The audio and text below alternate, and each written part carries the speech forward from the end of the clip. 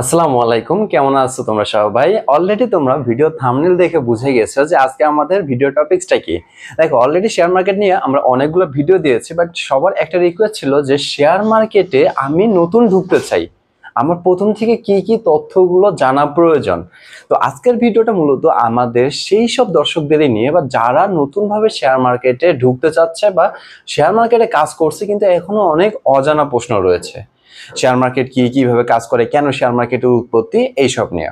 ওকে, তো যারা বিগিনার তারা খুব ভালোভাবে ভিডিওটা দেখার জন্য বসো। আজকে ভিডিওটা একটু লম্বা হতে যাচ্ছে কারণ ভিডিওর ভিতর অনেক পরিমাণে ইনফরমেশন থাকবে। সো সময় নিয়ে মোটামুটি ভিডিওটা দেখতে বসো, অথবা যদি মনে হয় যে এখন সময় নেই, ভিডিওটা ওয়াচ লেটার করে রাখো, একটু পর ভিডিওটা দেখিও বা যখন তোমার সময় থাকবে। চলো দেরি না করে শুরু করা যাক। আমরা এক এক করে কিছু কোশ্চেন সলভ করি বিগিনিং থেকে, যে শেয়ার মার্কেটের শুরু থেকে। তার আগে কিছু সাজেশনমূলক কথা বলি। যে কোনো বিজনেস করতে গেলে আমাদের প্রথমে কিন্তু স্ট্রং মেন্টালিটি বা মেন্টালিটি সেটআপের প্রয়োজন হয়। মাইন্ডসেটটাই কিন্তু সব থেকে বড় ব্যাপার। আর মাইন্ডসেট করতে গেলে আমাদের সব রকমের ইনফরমেশন জানতে হয়। ইনফরমেশন মানে কিছু কোশ্চেন তৈরি করতে হবে, সেই কোশ্চেনগুলো সলভ করতে হবে। চলো প্রথমে আমরা যে কোশ্চেনটা পাবো সেটা হচ্ছে শেয়ার বাজার। শেয়ার বাজার, আচ্ছা, তো বাজার কোশ্চেনটাকে সলভ করি, তারপর আমরা শেয়ারে আসতেছি। দেখো, বাজার বলতে কি বোঝায়? যেমন ধরো ছোটবেলায় তোমরা বাবা মার সঙ্গে বাজারে গেছো, চাল কিনছো, ডাল কিনছো, ওটা চাল ডালের বাজার। আবার কাপড় কিনতে গেছো, ওখানে কাপড়ের বাজার। আবার ধরো তোমরা মেডিসিন কিনতে গেছো, ওটা মেডিসিনের বাজার। আবার ধরো তোমরা গাড়ি টাড়ি কিনতে গেছো, সাইকেল কিনতে গেছো বা কোনো কিছু কিনতে গেছো, ওটা সাইকেলের বাজার। বাট এই বাজারটার নাম কি? এই বাজারটার নাম শেয়ার বাজার। এখন শেয়ার জিনিসটা কি? দেখো, শেয়ার যে সংজ্ঞাটা সেটা হচ্ছে কোম্পানির মূলধনের ক্ষুদ্রতম এককে শেয়ার বলে। আমি আবার বলতেছি, কোম্পানির মূলধনের ক্ষুদ্রতম এককে শেয়ার বলে। যারা কমার্স স্টুডেন্ট তারা খুব ভালোভাবে বুঝতে পারবা, বাট যারা কমার্স স্টুডেন্ট না তাদেরকে একটু ভালোভাবে বোঝানোর চেষ্টা করি। ধরো একটা কোম্পানি আছে যার নাম হচ্ছে ABC কোম্পানি। এবিসি, আচ্ছা, আমার একটা স্বপ্নের কোম্পানি আছে, সেটার নাম দিয়ে শুরু করি, STA। আচ্ছা, তো একটা ধরো কোম্পানি আছে STA কোম্পানি। তো কেন মানুষ কোম্পানিটা গড়ায়? কারণ এখানে অনেক মূলধন, অনেক সদস্য, আনলিমিটেড সুবিধা, চিরস্থায়ী সব বৈশিষ্ট্যগুলো আছে, যার জন্য মানুষ কোম্পানির পিছনে ছোটে। আর এখানে মানুষ টাকা ইনভেস্ট করে কারণ এটা অতি সহজে বিলুপ্ত হয়ে যায় না। যেমন একটা ছোট্ট উদাহরণ দেই, সালমান এফ রহমান কি হয়ে গেছে? সালমান এফ রহমান দেউলিয়া হয়ে গেছে, তার উপর এত এত টাকা ঋণ আসছে। কিন্তু সালমান এফ রহমানের কোম্পানিগুলো কি নষ্ট হয়ে যাচ্ছে? ভুলেও যাবে না, কারণ সালমান এফ রহমান না থাকলেও তার কোম্পানিগুলো চলতে থাকবে। শুধু শেয়ারের প্রাইস পড়ে যাবে, শেয়ারের প্রাইস বাড়বে। যারা যারা অলরেডি শেয়ার মার্কেটে বিজনেস করো তারা খুব ভালোভাবে হয়তো বিষয়টা জানো। এই কোম্পানির কিভাবে টাকা সংগ্রহ করে? কোম্পানি কয়েক উপায়ে টাকা সংগ্রহ করতে পারে। যেমন একটা ঋণ নিয়ে, ঋণ যে কোনো জায়গা থেকে হইতে পারে, ব্যাংক অথবা সাধারণ জনগণ, ব্যাংক অথবা সাধারণ জনগণ। আবার তারা বন্ড বিক্রি করতে পারে, বা অনেক কিছু, বন্ড অবশ্যই সরকার বিক্রি করতে পারে, তারা বিভিন্ন ধরনের ঋণপত্র বিক্রি করতে পারে, ঋণ পত্র। এবং তারা আরেকটা জিনিস খুব ভালোভাবে বিক্রি করতে পারে, তা হচ্ছে শেয়ার। আচ্ছা, তো আমরা প্রথমে এই তিনটা জিনিসের একটু পার্থক্য বুঝি, ব্যাংক ঋণ, তারপর সাধারণ ঋণ, ঋণপত্র, আর শেষে শেয়ার। ব্যাংক ঋণ জিনিসটা কি? দেখো, ব্যাংকের কাছ থেকে কোম্পানির, আচ্ছা ধরো তুমি একটা কোম্পানি বানাইছো, যেটা কোম্পানির নাম STA কোম্পানি। এই কোম্পানি নিয়ে ব্যবসা করতে 500 কোটি টাকা লাগবে। কত কোটি টাকা লাগবে? 500 কোটি টাকা। তোমার কাছে 500 কোটি টাকা নাই, এই 500 কোটি টাকা তুমি সংগ্রহ করবা। তোমার কাছে আছে 300 কোটি টাকা, মানে তোমরা ধরো প্রায় 60 জন সদস্য মিলে 300 কোটি টাকার তুমি করছো, ম্যানেজ করছো। বাকি টাকাগুলো তোমার দরকার। তো এই যে বাকি 200 কোটি টাকা তুমি ব্যাংক থেকে ঋণ নিতে পারো।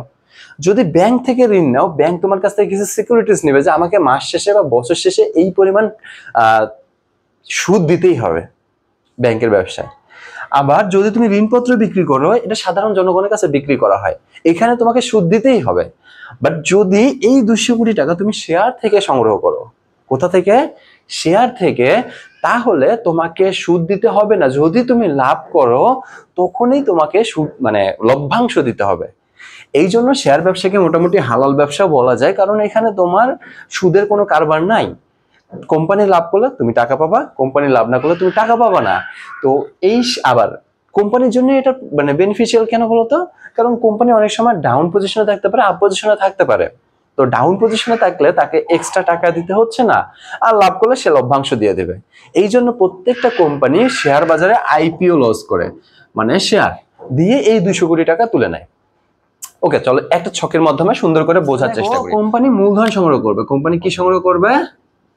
মূলধন বা ক্যাপিটাল। এই মূলধনটা সংগ্রহ করবে কার কাছ থেকে বলতো? তোমার সাধারণ জনগণের কাছ থেকে। সাধারণ জনগণের কাছ থেকে মূলধন সংগ্রহ করার জন্য আইপিও লঞ্চ করবে। আইপিও, ইনিশিয়াল পাবলিক অফারিং বলা হয় এটাকে। মানে কোন কোম্পানি নতুন একটা প্রজেক্ট নিয়ে ওই প্রজেক্টের এই 200 কোটি টাকা সংগ্রহ করার জন্য যে শেয়ারটা শেয়ার মার্কেটে ছাড়ে তাকেই বলা হয় আইপিও। এই আইপিওটা কিনবে পাবলিক। তাহলে আমরা এই আইপিওটা কিনবো। এই আইপিওটা কিনে কোম্পানিকে কি দিব বলতো? মূলধন। যেমন তুমি ধরো এখানে আমরা আইপিও 200 কোটি টাকার জন্য আমরা আইপিও ছাড়লাম। এই 200 কোটি টাকার জন্য আইপিওতে তুমি 50 লাখ টাকা, 10 লাখ টাকা, 5,000 টাকা, 10,000 টাকা যে পরিমাণ আবেদন করবা সেই পরিমাণ শেয়ার তোমাকে দেওয়া হবে। সেই টাকাটা মূলধন হিসেবে কোম্পানির কাছে আসবে। আর কোম্পানি তোমাকে কি দেবে? শেয়ার। তার মানে একটা কোম্পানি মূলধন সংগ্রহ করার জন্য আইপিও ছাড়ে। এই আইপিওটা তুমি কেনো, মানে তুমি ওখানে ইনভেস্ট করে রাখো, কোম্পানি তোমাকে মূলধন দেয়, মানে কোম্পানি মূলধন পেয়ে যায় আর কোম্পানির কাছ থেকে তুমি পাও শেয়ার। এই প্রসেসে মূলত আমাদের শেয়ারটা আসে। তাহলে আশা করি তোমরা শেয়ারের ব্যাপারটা বুঝতে পারছো যে তোমরা তোমাদের টাকাটা কোম্পানিকে দিচ্ছ মূলধন হিসেবে। এই টাকাটা তুমি ঋণপত্র হিসেবে দিতে বা ব্যাংক ঋণে রাখতে পারতা, তখন তুমি সুদ পাইতা। বাট শেয়ারে দিলে তোমার টাকা লাভ আসতেও পারে, যেটাকে কোম্পানি বলে ডিভিডেন্ড। যদি দেয় ডিভিডেন্ড আসতেও পারে, নাও আসতে পারে। শেয়ারের মূল্য বাড়লে তুমি টাকা পাবা, শেয়ারের মূল্য কমলে তুমি টাকা পাবা না। যেমন এই কোম্পানিটা 200 কোটি টাকা দিয়ে শুরু করছে। যদি এইটা 500 কোটি টাকায় চলে যায় তখন তোমার শেয়ারের মূল্যটা ধরো আগে ছিল 20 টাকা, এখন হয়ে যাবে 50 টাকা। এই যে মাঝখানে 30 টাকা মূল্যটা বেড়ে গেল, এইটাও তোমার কিন্তু একটা লাভ।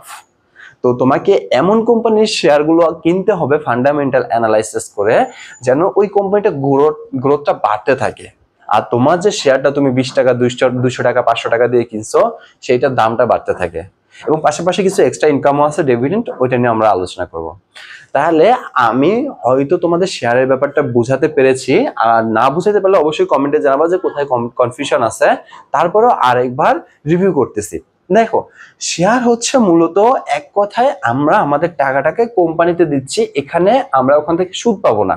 কোম্পানি যদি ভালো গ্রোথ করে আমরা ওখান থেকে টাকা পাবো, কোম্পানি যদি গ্রোথ না করতে পারে আমরা লস পাবো। এই জন্য শেয়ারটাকে একদম হালাল একটা ব্যবসা বলা যায়। বাট এই শেয়ারে তুমি দুই ভাবে টাকা ইনকাম করতে পারবা, একটা হচ্ছে ইনভেস্টমেন্ট, একটা হচ্ছে ট্রেডিং। ওকে, তো ইনভেস্টমেন্ট আর ট্রেডিং করার জন্য আমাদের কি কি প্রয়োজন, চলো আমরা সেটা নিয়ে একটু দেখে আসি। দেখো, ইনভেস্টমেন্ট বা ট্রেডিং করার জন্য আমাদের যে জিনিসটার প্রয়োজন হবে তা হচ্ছে একটা অ্যাকাউন্ট। অ্যাকাউন্ট জিনিসটা কি? দেখো, যারা শেয়ার বাজারে টাকা লেনদেন করবে তাদের অবশ্যই একটা ব্যাংক অ্যাকাউন্ট থাকতে হবে। ব্যাংক অ্যাকাউন্ট মানে কি? যে কোনো একটা ব্যাংকের আন্ডারে তুমি একটা অ্যাকাউন্ট খুলে ওখানে টাকাটা সেভ রাখো বা ওখানে টাকাটা জমা দাও, টাকাটা উত্তোলন করো। শেয়ার বাজারেও সেই রকম তোমাকে ব্রোকার হাউসের কাছ থেকে একটা অ্যাকাউন্ট খুলতে হবে, যার নাম হচ্ছে বিও অ্যাকাউন্ট। আবার ব্যাংকে অ্যাকাউন্ট খুললে ওটার নাম হয়ে যায় ব্যাংক অ্যাকাউন্ট। আচ্ছা, আর যদি আমরা ব্রোকার হাউস থেকে অ্যাকাউন্টটা খুলি ওটা হচ্ছে বিও অ্যাকাউন্ট। তার মানে শেয়ার বাজারে যখন ওই যে তুমি আইপিওটা কিনবা অথবা তুমি শেয়ারকে ক্রয় বিক্রয় করবা, তোমার বিও অ্যাকাউন্টটা মাস্ট লাগবে।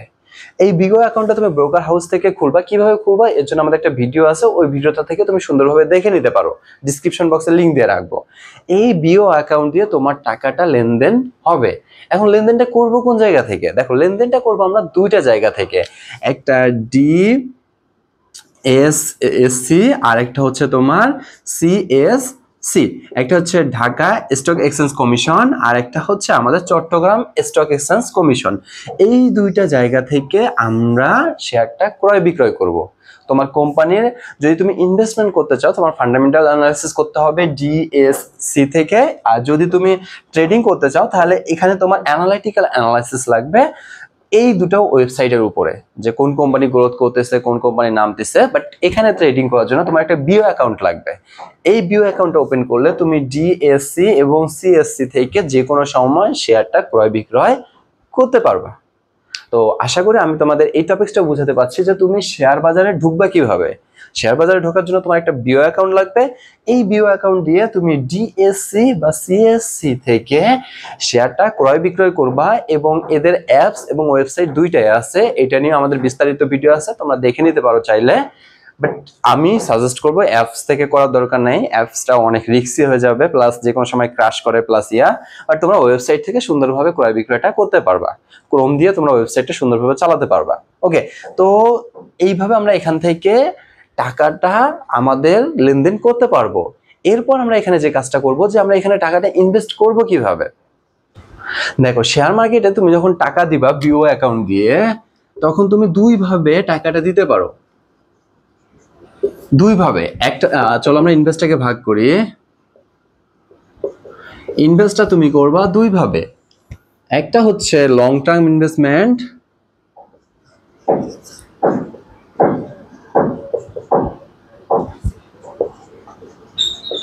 আর আরেকটা হচ্ছে ট্রেডিং। ওকে, তো যে ইনভেস্টটা করবা, ইনভেস্ট করলে তুমি এখান থেকে অবশ্যই টাকা পাওয়ার সম্ভাবনা সব থেকে বেশি থাকে। বাট ইনভেস্ট করার আগে তোমাকে কিছু শর্ত ফিল আপ করতে হবে। যে তোমার কাছে ধরো 20,000 টাকা আছে, যে 20,000 টাকা তোমার 3 মাস পরেই প্রয়োজন। বা ধরো তোমার ইউনিভার্সিটির ফি আছে, এই ইউনিভার্সিটির ফিটা তোমার 20 মাস পরে, 2 মাস 3 মাস পরেই প্রয়োজন।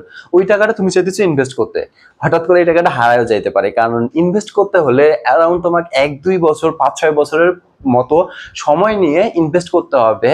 তার মানে সেই টাকাটাই তোমাকে ইনভেস্ট করতে হবে যেই টাকাটা তোমার 5-6 বছরের প্রয়োজন পড়বে না, এবং সেই টাকাটা তোমার প্রফিট পাওয়ার সব থেকে বেশি সম্ভাবনা থাকবে যদি তুমি কোম্পানিগুলোর ফান্ডামেন্টাল অ্যানালাইসিসটা ঠিকভাবে করো। ফান্ডামেন্টাল অ্যানালাইসিস করার জন্য কিছু ওয়েবসাইট আছে যেগুলো ডিসক্রিপশন বক্সে নাম এবং লিঙ্ক দেওয়া আছে, ওখান থেকে তুমি দেখে নিতে পারো। চলো দেখি ইনভেস্টমেন্টটা কয় ধরনের হবে। এখানে মূলত আমাদের ইনভেস্টমেন্ট হবে 3 ধরনের। একটা হচ্ছে শর্ট টার্ম ইনভেস্টমেন্ট, একটা হচ্ছে যেটা আমাদের অ্যারাউন্ড 1 ইয়ারের উপর থেকে হবে, 1 ইয়ার থেকে 2 ইয়ার। তারপর একটা হচ্ছে হবে মিড টার্ম ইনভেস্টমেন্ট, এটা অ্যারাউন্ড আমাদের 3 ইয়ার থেকে 5 ইয়ার পর্যন্ত হবে। এবং আরেকটা হবে লং টার্ম ইনভেস্টমেন্ট, এইটা তোমার অ্যারাউন্ড 5 ইয়ারের উপরে হবে। আর আমার সাজেশন হবে তুমি মিড টার্ম বা লং টার্মে ইনভেস্ট করে রাখো, কারণ মিড টার্ম বা লং টার্মে ইনভেস্ট করলে তোমার প্রফিট পাওয়ার সম্ভাবনা সব থেকে বেশি থাকবে। বাট অবশ্যই কোম্পানিটার ফান্ডামেন্টাল অ্যানালাইসিস করে। এখন তুমি অ্যানালিটিক্যাল পাওয়ারটা তোমার অনেক বেশি একটা কোম্পানির। বা শেয়ার মার্কেটে তুমি চাও যে প্রত্যেক দিনে ইনকাম করবো, প্রত্যেক ঘন্টায় ইনকাম করবা, এর জন্য তোমাকে করতে হবে ট্রেডিং। আর ট্রেডিংটাই সবচেয়ে আকর্ষণীয় প্রত্যেকটা মানুষের কাছে, যে আমি শেয়ার বাজারে ঢুকবো, খুব তাড়াতাড়ি বড়লোক হয়ে যাব। বাট শেয়ার বাজারে তুমি ট্রেডিং করতে হলে তোমাকে অ্যানালিটিক্যাল পাওয়ারটা সব থেকে বেশি রাখতে হবে। তো চলো আমরা অ্যানালিটিক্যাল পাওয়ার না দেখে ট্রেডিংটা কয়ভাবে হয় সেটা একটু দেখার চেষ্টা করি। ট্রেডিং মূলত আমাদের 4 ধরনের হয়ে থাকে। 4 ভাবে তোমরা ট্রেড করতে পারবা। চলো সেই 4টা ট্রেডই দেখে নেই। বর্তমান জেনারেশনের মধ্যে এই ট্রেড নিয়ে প্রচুর আগ্রহ, তারা ট্রেডিং করতে সব সময় ব্যস্ত। তো ট্রেডিং 4টার মধ্যে প্রথম ট্রেডিংটা যেটা, সেটা হচ্ছে স্ক্যালপিং। দ্বিতীয়টা হচ্ছে যেটা, সেটা হচ্ছে ডে ট্রেডিং। তৃতীয় যেটা হচ্ছে সুইং।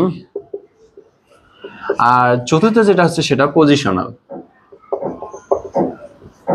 Positional trading.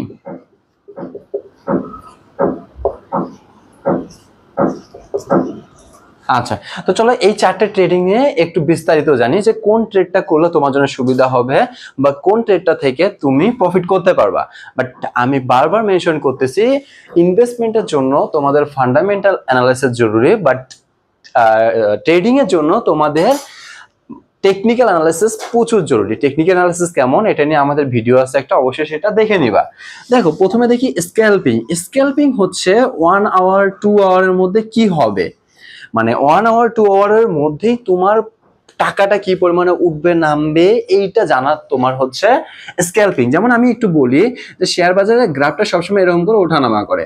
এখন এই পয়েন্টের দাম ছিল ধরো 70 টাকা, এই পয়েন্টের দাম 90 টাকা। তো তুমি একটু গেস করে নিলা বা তোমার টেকনিক্যাল অ্যানালাইসিস বলতেছে যে 70 টাকায় আমি কিনে নেই, এটার দামটা বাড়বে, তাই 70 টাকায় কিনে তুমি 90 টাকায় এটা বিক্রি করলা, তাহলে মাঝখান থেকে যে 20 টাকা থাকলো প্রত্যেকটা শেয়ারে, এই যে মাঝখানে 20 টাকা ঢাকলো, এটাকে বলা হবে স্ক্যালপিং। মানে তুমি মানে প্রত্যেক ঘন্টায় ঘন্টায় 2 ঘন্টা পর 3 ঘন্টা পর তোমার শেয়ারের দামের ওঠা বাড়াটা নিয়ে তুমি ক্রয় বিক্রয় করতে পারো। আর বর্তমান জেনারেশনের কাছে ট্রেডিং এর যে অ্যাপস গুলো আছে তারা মূলত এইরকম ভাবে, যেমন মেনশন করতেছি না কোনো অ্যাপসকে, ওই অ্যাপস গুলো স্ক্যালপিংটাকে বেশি প্রাধান্য দেয়। বাট ডে ট্রেডিংটা অনেক বেশি বেটার। ডে ট্রেডিংটা কি, যেমন ধরো তুমি আজকে একটা কোম্পানির শেয়ার দেখলা যে আজকে একটা কোম্পানির শেয়ার 100 টাকা আছে, তুমি ক্রয় করে সকালে রেখে দিলা। শেয়ার মার্কেটটা ধরো খুলছে তোমার 9টায়, বন্ধ হবে ধরো 5টায়, তো এই সময়ের মধ্যে তুমি কিনে রাখলা, পরবর্তী দিনে দেখলা যে তুমি 120 টাকা হয়ে গেছে। তো এই যে 20 টাকা মাঝখানে বেশি থাকবে, এই 20 টাকায় হচ্ছে তোমার প্রফিট হবে। আর ডে ট্রেডিং এ প্রফিট হওয়ার সম্ভাবনাটা সব থেকে বেশি, কারণ একদিনের মধ্যে কোম্পানির পজিশনটা তুমি ইজিলি অ্যানালাইসিস করতে পারবা, বাট অল্প সময়ের মধ্যে করাটা অনেক বেশি কঠিন হয়ে যায়। এবং তারপর আরেকটা যেটা আছে সেটা হচ্ছে সুইং। সুইং এটা মূলত 2 দিন 3 দিন 4 দিন এরকম সময় হয়ে থাকে। আর পজিশনাল মোটামুটি তুমি 1 সপ্তাহ 2 সপ্তাহ সময় পাবা। তো আমার যেটা সাজেশন থাকবে, তোমরা ডে ট্রেডিংটাতে সব থেকে বেশি মনোযোগ দিবা, তাহলে তোমাদের টাকাটা বৃদ্ধি পাওয়ার বা শেয়ার মার্কেট থেকে ইনকামের সুবিধাটা সব থেকে বেশি গ্রহণ করতে পারবা। বাট যদি তুমি স্ক্যালপিং এ মনোযোগ দাও, তোমার টেকনিক্যাল অ্যানালাইসিস এত বেশি হইতে হবে যে প্রত্যেক ঘন্টায় তোমার টাকা কমতেও পারে, তোমার টাকা বাড়তেও পারে। সো এই ছিল আজকে আমাদের শেয়ার মার্কেটে ইনভেস্টমেন্ট, ট্রেডিং প্লাস আদার্স যে কাজগুলো আছে সবগুলো নিয়ে বিস্তারিত আলোচনা। ভিডিওটা কেমন লাগলো অবশ্যই কমেন্টে জানাবা, এবং আরো কোনো ইনফরমেশন জানতে হলে কমেন্ট বক্সে জানাবা। আর পাশাপাশি যে ভিডিওগুলো ডিসক্রিপশন বক্সে দেওয়া আছে সেগুলো দেখে নিজের মাইন্ডসেট করে শেয়ার মার্কেটে প্রবেশ করবা। সবার জন্য অনেক অনেক শুভকামনা। আজকে এই পর্যন্তই। আসসালামু আলাইকুম।